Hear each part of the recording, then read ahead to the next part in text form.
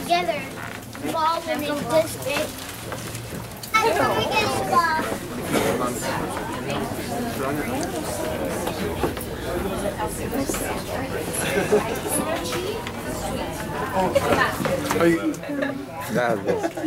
Put it on YouTube. Build storylines.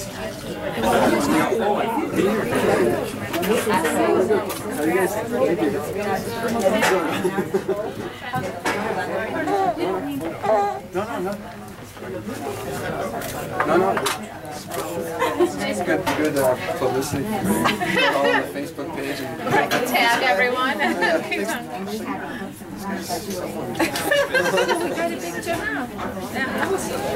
all right. There's 4 seats here. 5. Nice.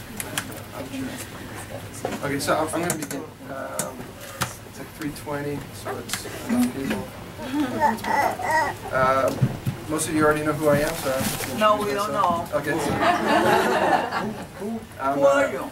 Domenico Composto, and I used to live in Chicago, then 6th grade, moved here to Wilmette, and it's nice to be back in the North Shore. I haven't been back here for about 2 years, and for the past 10 years or so I've been living outside the United States. So before I fly back home, it's a little bit emotional for me to come here, a little bit odd and strange, and now to see so many friends and family supporting me. I can relax. Last night I was having butterflies in my stomach. I couldn't sleep. I felt like I was back in high school, but before a final exam. I was dreading this moment, and now it's here, and now I can enjoy it. So, just a little introduction. I went to New High School in Winnetka, and then I went to Indiana University pursuing music. Then I lived in the semester abroad in Sevilla, and then I went to Boston University. And then while I was at Boston University, I pursued anthropology and archaeology. And that will lead, directly to what this book is about. On July 8th, just 3 weeks ago, some people might have watched or read about the news, what launched into space. The last shuttle, right? The last space shuttle, right? What was the name of the space shuttle? Challenger. That's one of them. It wasn't this one. What? No? Atlantis. Right, exactly. Perfect. So someone did their homework before they came. So we have the space shuttle that launched. It launched July 8th, just 3 weeks ago. It's kind of a huge cargo ship. It just was carrying parts for the International Space Station that's orbiting our Earth. And it's named Atlantis. And anyone know why they named this space shuttle Atlantis? What's it named after? Yeah, the lost continent. Yeah. Good, it's perfect. Naturally assumed the space shuttle named after the lost continent Atlantis is described by Plato, who wrote about it in 2004, 100 years ago. But NASA wouldn't dare to name a space shuttle after a myth. So it's actually named after a vessel, a boat that was a primary vessel from the Woods Hole Oceanographic Institute in Massachusetts, and this boat operated from 1930 to 1966. It was called Atlantis, and it was the first boat to use electronic sounding devices to map the ocean floor. And so NASA named this shuttle after this sea vessel, but that sea vessel is named after the myth of Atlantis. So the myth of Atlantis is something that's captivated a lot of historians, archaeologists, anthropologists. It definitely captured my attention when I was an adolescent. And when I was, pre-adolescent, becoming an adolescent, I remember, waking up one night and thinking, we as humans, how far back does our history go? Didn't really think about it and started researching, and then developed my interest in anthropology and archaeology and understanding our story. And with our story, where did the first civilizations arise? The first civilizations arise the first time that people start to form a writing system, to work with sophisticated metals from bronze, later to iron, to develop banking systems. So it all really started in Mesopotamia, Babylonia, which is now Iraq. And so our history starts there, and then from there it disseminated west and east, and then it went to Egypt, the rise of the ancient Egyptians. It went to Greece, ancient Greece. It went to Persia, the Persian Empire. It all came from this epicenter. And from this particular epicenter, they have the Epic of Gilgamesh. It's the oldest superhero story, and it talks about a flood myth, which also relates to Plato's myth of Atlantis, because the myth of Atlantis is a flood myth, a great flood that destroyed a decadent civilization. And in the Bible, there's a story like that too, which is Noah, the story of Noah. Okay, so you have that in Mesopotamia. The Greeks had their own version of a civilization that was destroyed by a massive tidal wave. In the Bible, we have the story of Noah, and even in ancient Maya and Aztecs, they have their own flood story myths. For most of us, we don't really pay attention to it, but when I read Plato's depiction of Atlantis, which he wrote 2,400 years ago, I was fascinated by this. But there's no archaeological evidence to prove that it actually existed. From the archaeological record, it does not exist. And there have been plenty of archaeologists that were fascinated by this. Like, I'm the archaeologist to find Atlantis. I'm going to be famous. I'm going to be in the history books. So it's been an ambition for many archaeologists, but no one has been able to prove that it has existed. When I studied archaeology at Boston University, it was unorthodox to talk about Atlantis. There's the archaeological record, the historical record. To come up with an Atlantis would kind of destroy our perception of history, so you couldn't really talk about it too much. So that leads to the next thing. Right now there is an archaeologist that feels that he's found a very suitable candidate site for where Atlantis actually did exist.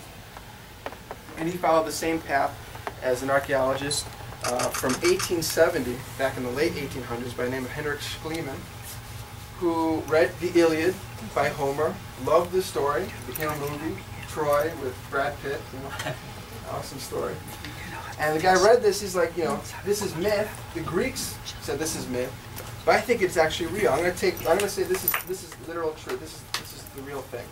And according to this myth, I'm going to follow the coastline of Turkey and look for these two rivers, and between these two rivers there should be the ancient city of Troy, and that's where I'm going to start digging. And he dug, and guess what he found?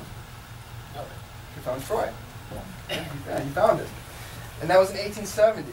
All right? And he used myth to find reality. Right now there's an archaeologist from the University of Hartford in Connecticut by the name of Richard Freund.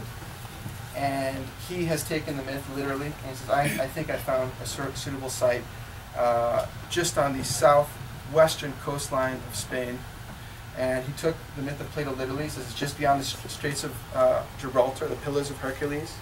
It's at a particular site. There's a huge old marshland that's been dried up, and they've been using satellite images. And there's some irregular formations here. There's rectangular formations. Nature does not produce straight lines.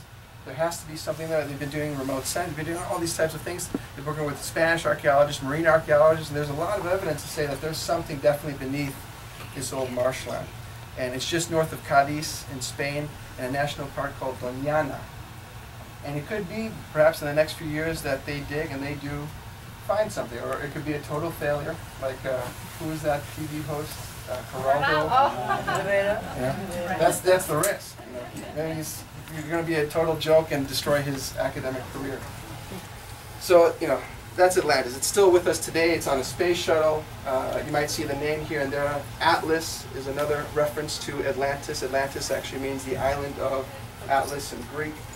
Atlas, Atlantis. You have the Atlas Mountains in North Africa. So a lot of that name still exists today. So there's some memory of this ancient myth that still continues with us today. So what does it have to tell us? For me, that I love history and I look back is, we have this legacy of all these civilizations that rise and fall, and they rise and fall. Ancient Greece, ancient Rome, ancient Egypt, and so Alexander the Great and the Macedon Empire, and Macedonia now is this tiny little speck, poor, one of the poorest countries in Europe.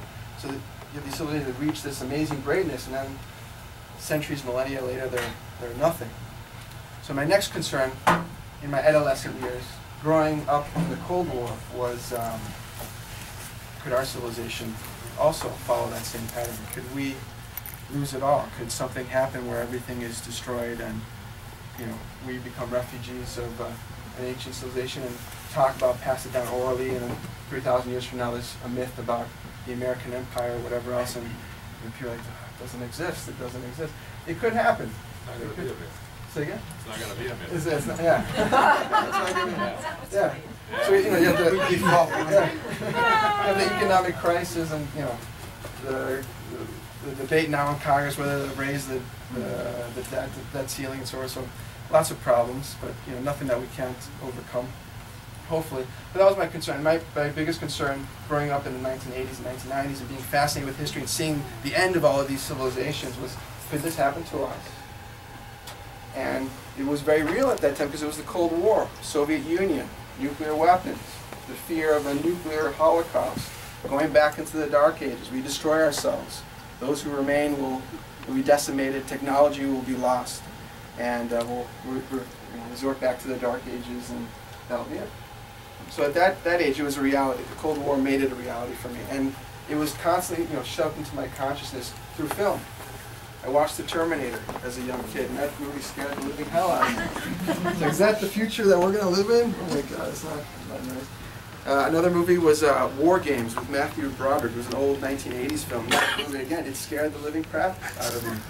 You know, all these nuclear weapons, and could this computer that control all the weapons launch them, and we just annihilate ourselves? And so, you know, as a kid, that was the constant imagery that was in my head, and it scared me. But at the same time, I became very excited. It's like, yeah, let it all be destroyed. I don't have to go to school anymore. And then, you know, yeah, and I could, you know, live surviving, you know, with a machine gun and, you know, become a hero, and I don't know. So it was exciting. And so from these images came and evolved a story that evolved into this particular book.